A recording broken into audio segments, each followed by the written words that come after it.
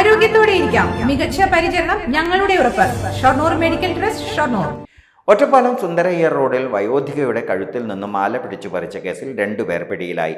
മലപ്പുറം പെരുമ്പടപ്പ് ഐരൂർ നാലകത്തിൽ യൂസഫ്, കോയമ്പത്തൂർ കൗണ്ടപ്പാളയം ബാലാജി നഗറിലെ ശിവപ്രകാശ് എന്നിവരാണ് പിടിയിലായത്.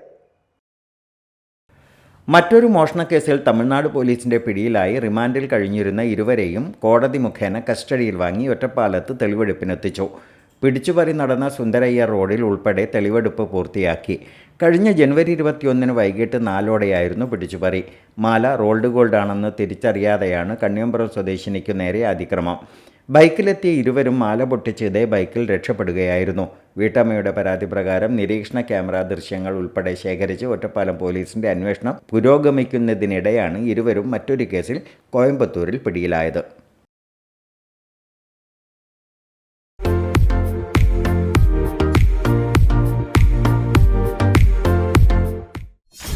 .View news. കാഴ്ചകളാണ് ലോകം. കണ്ടു തുടങ്ങുക.